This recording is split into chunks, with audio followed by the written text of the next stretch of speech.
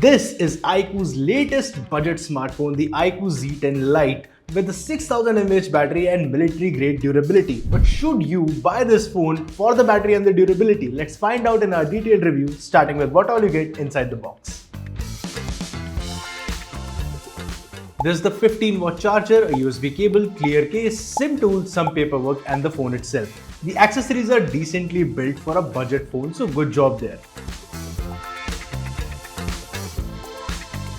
The phone itself has a smooth but plasticky finish to it. This 3D design gives the illusion of a textured back, but that's not the case.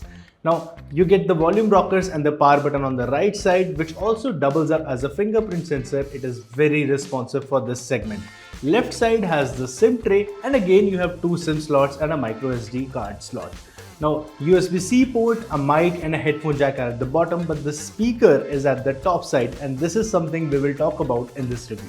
This phone comes with a Swiss SGS 5-star anti-fall certification, military standard 810H shock resistance and IP64 certification, so it should be able to deal with small bumps and falls and some usage in the rain. The keys and USB ports are also stress tested, which is a good thing. Coming to the display, this is a 6.74-inch 90Hz LCD with 1000 nits peak brightness. Outdoor visibility is decent for a budget phone, but it could have been better. It is an okay screen for indoor use as the contrast and colors are just not that punchy. But the screen is very responsive thanks to the 90Hz refresh rate, which also contributes to a smooth scrolling experience. But if you happen to watch a lot of videos, then you might need to use earphones or buds with it because the speaker is loud, but it is almost entirely flat. That said, you do get a 3.5mm jack at the bottom, so wired earphones are still on the table. IQOO Z10 Lite is packing dual cameras at the back. I like the design, no extra cutouts, just the two camera bumps and the two flash here. 50 megapixel main Sony lens with a 2 megapixel bokeh lens. Speaking of the camera quality, this has some neat options. Close-ups and bokeh shots are decently detailed but come out washed or overexposed at times. Outdoor photos are okay, zoom in a bit too much and you will see detail loss, and brightening issues are also continuously there. Indoor and low light shots are acceptable, there is noticeable AI correction, and the front camera portrait shot almost ended up blurring my profile and my glasses. Now this is capable hardware and I expect IQOO to fix the overexposure and brightness issues in the future, and we will update it in the description if that happens. On the performance and user experience part, you have a MediaTek Dimensity 6300 chip with 8GB RAM and 128GB and 256GB storage variants.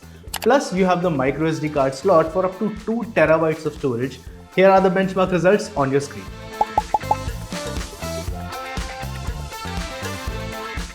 Now this phone also supports 4D vibration for some games like BGMI, where you get vibration feedback when you fire with the trigger.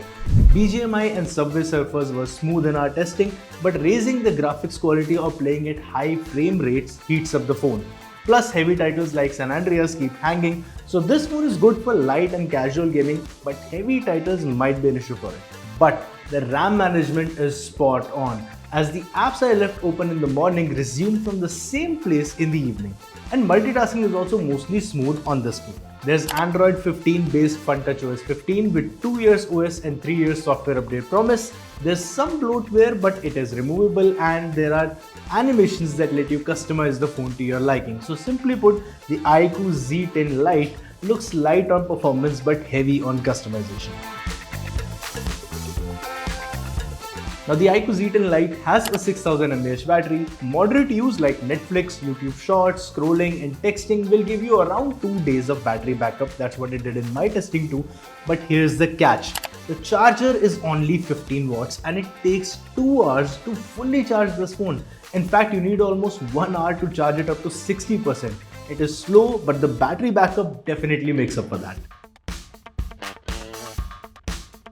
So bottom line, should you buy the IQOO Z10 Lite? This is a budget phone with a good build and a decent screen, enough power to run casual games and a solid battery life. If you don't use the cameras much, then this is a decent budget offering for you.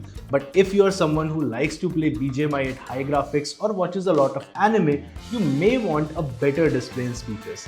Now that was our honest take on the IQOO Z10 Lite.